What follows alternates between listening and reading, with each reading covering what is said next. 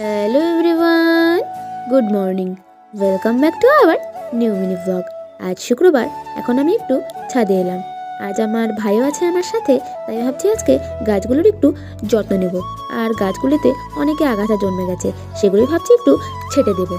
আর ভাবছি একটু ছাদটিকেও পরিষ্কার করব। আর আমার স্ট্রবেরি গাছ থেকেও চারা বেরিয়েছে, ওগুলি ভাবছি টবে বুনে দেবো।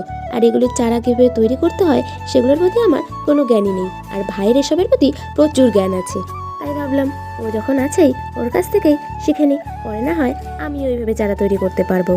গাছগুলি থেকে আগাছা ছাঁটাই করার পর দেখতে বেশ ভালোই লাগছে, আর সূর্যের তাপটাও এবার ভালোভাবে পাবে, আর গাছগুলি খুব সহজেই তাড়াতাড়ি বেড়ে উঠবে। আর এইদিকে দেখুন না, টমেটো গাছে আবার কি সুন্দর টমেটো হয়েছে। আবার এইদিকে কিছু কিছু মটরশুঁটির বীজ ফেলেছিলাম, সেগুলোর থেকে গাছ হয়ে আবার মটরশুঁটি ধরা শুরু করে দিয়েছে। এখন বেশ লাইন লাইন করে সাজিয়ে দেওয়ার পর গাছগুলি বেশ ভালো লাগছে দেখতে। আজকের মতো আমাদের গাছের যত্ন নেওয়া শেষ।